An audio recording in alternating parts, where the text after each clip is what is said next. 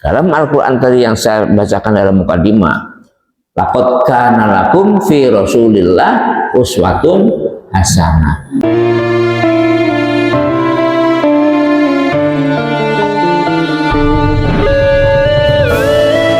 Sesungguhnya di dalam diri Rasulullah terdapat contoh yang baik.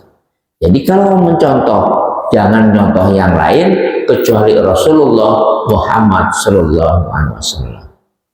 Seperti itu. Kemudian Rasulullah pun bersabda dalam hadisnya, wa ma bu'istu liutamima makarimal akhlak. Tidaklah aku diutus oleh Allah kecuali untuk menyempurnakan akhlak manusia. Dari zaman jahiliyah menjadi zaman terang benderang, di mana manusia mempunyai harkat dan martabat yang tinggi, sehingga nilai-nilai manusia itu akan terjadi setelah Rasulullah memberikan pelajaran-pelajaran kepada kita melalui wahyu-wahyu dari Allah SWT. Dan Rasulullah adalah ummi. Ummi bukan berarti ibu, buta huruf. Sampai sekarang masih ada orang yang menyebutkan bahwa ajaran Rasulullah itu adalah Muhammadisme. Masih ada orang menganggap bahwa pelajaran dan ajaran Islam ini adalah bisa-bisanya aja si Muhammad bikin pelajaran. Maka disebut Muhammadisme, aliran Muhammad.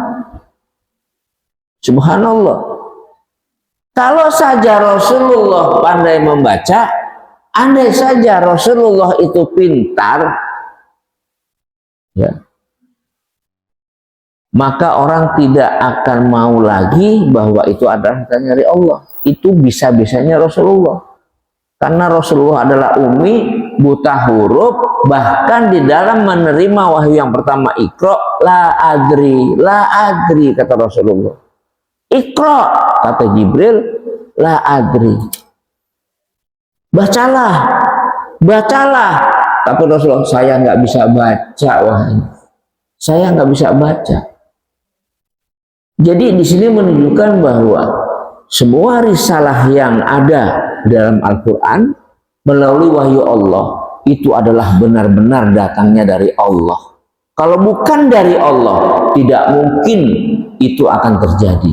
Karena Rasulullah memang ummi, buta huruf, tidak pernah kuliah, tidak pernah sekolah. Karena memang Allah menakdirkan seorang hamba yang sudah dibersihkan dalam jiwanya, lahir batinnya, sehingga Allah memberikan amanah kepada Rasulullah di dalam menerima syariah-syariah yang sekarang kita baca dalam Al-Quran yang 30 juz.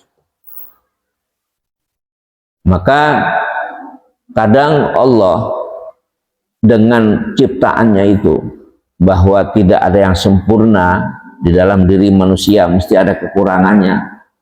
Tapi memang manusia ini adalah makhluk yang paling mulia di antara makhluk yang lain. Allah menciptakan neraka dan surga hanya untuk manusia. Ya. Manusia yang mengikuti kaidah-kaidah Islam dan dia beriman bertakwa akan masuk dalam surga, dan manusia yang mengikuti langkah-langkah setan akan masuk dalam neraka. Maka itu semua yang menjadi objeknya adalah manusia. Objek neraka dan surga adalah manusia. Dan setan menjadi penghuni kekal abadi karena sudah ditakdirkan dan dilaknat oleh Allah menjadi penghuni neraka, hum fiha khalidun. Mereka itu setan akan kekal di dalamnya. Naudzubillah min dzalik. Janganlah kita mengikuti langkah-langkah setan.